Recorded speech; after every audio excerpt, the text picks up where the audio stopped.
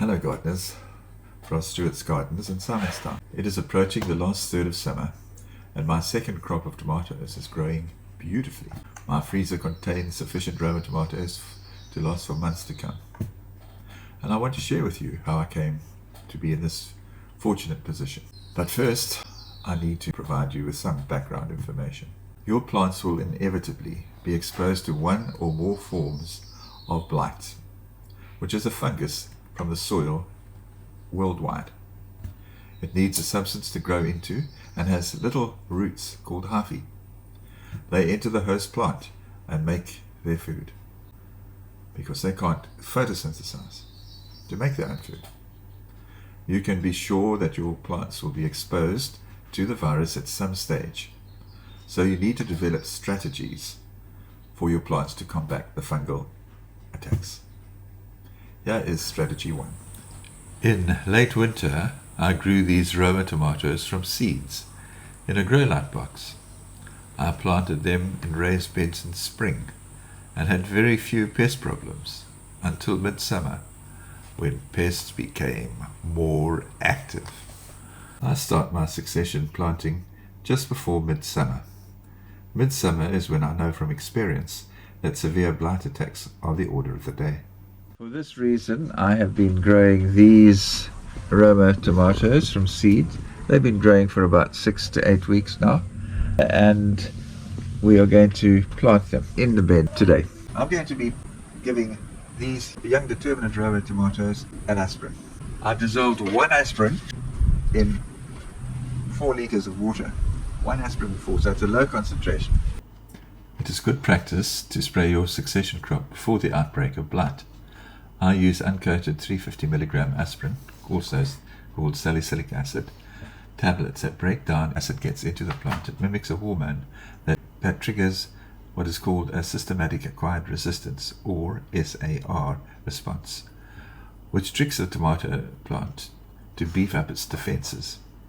This is shown by the leaves becoming darker and slightly thicker, indicating that the reaction is underway.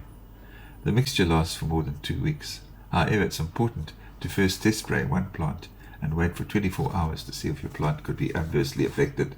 This would be shown by little holes appearing in the leaves, which could happen if the dosage is too high. In case of any adverse effect, reducing the dose should solve the problem. Apply a fine spray every 14 days to the plants, starting before the pests turn up in your garden. You can start spraying when your plants are 24 inches high. It is not helpful to apply aspirin to the plant when there are early signs of infection, because the immune response has already been elicited. One way to reduce the chances of blight is by pruning the lower leaves to get them away from the soil and in contact with blight spores. Do this once a week to get the leaves away from the soil. This allows air to flow around the plant and drive moisture, which is also preventive. Regular watering of tomato plants is critical, and it should be applied in a way that prevents splashes from reaching the leaves. This is important to prevent soil-borne viruses from infecting the leaves. To achieve this, I use drippers that are linked to an automated irrigation system that allows me to apply water 3 times a day as needed. I'm watering these with my drip irrigation system. That's the noise you can hear in the background. This is really important. To be able to provide an excellent water supply is really very, very essential. The newly planted Roma plants are doing well. So this one looks like it's probably being attacked, but there's nothing significant on the plants at this stage. However, I'm going to be spraying them now with some hydrogen peroxide. Hydrogen peroxide is a chemical compound with the formula H2O2. The second oxygen atom has a single bond, making it highly reactive and a very strong oxidative substance.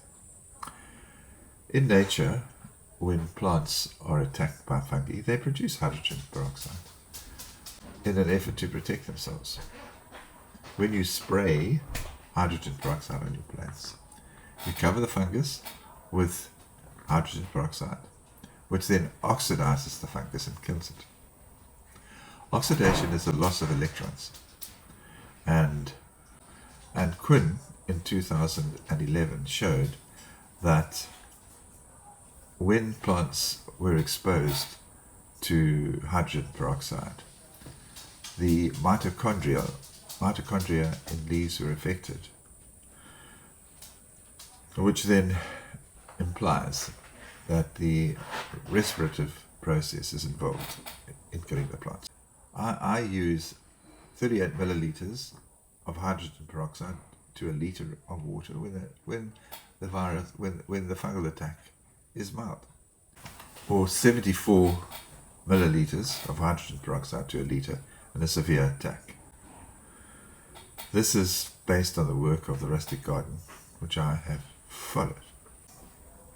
You should spray the solution onto the plant leaves until the solution is dripping. However, before you do this, you should test 2 or 3 leaves and leave it for 48 hours to test that the plant won't be harmed.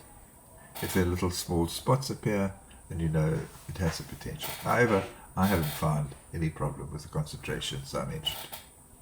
For wild attacks, I apply it for 3 consecutive days. For more severe attacks, I spray every day for 5 days.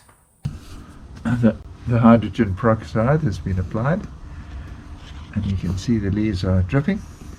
It is the day after I applied the hydrogen peroxide to these young Roma tomato plants, and as you can see, they're all looking good. There are no signs of the virus at all.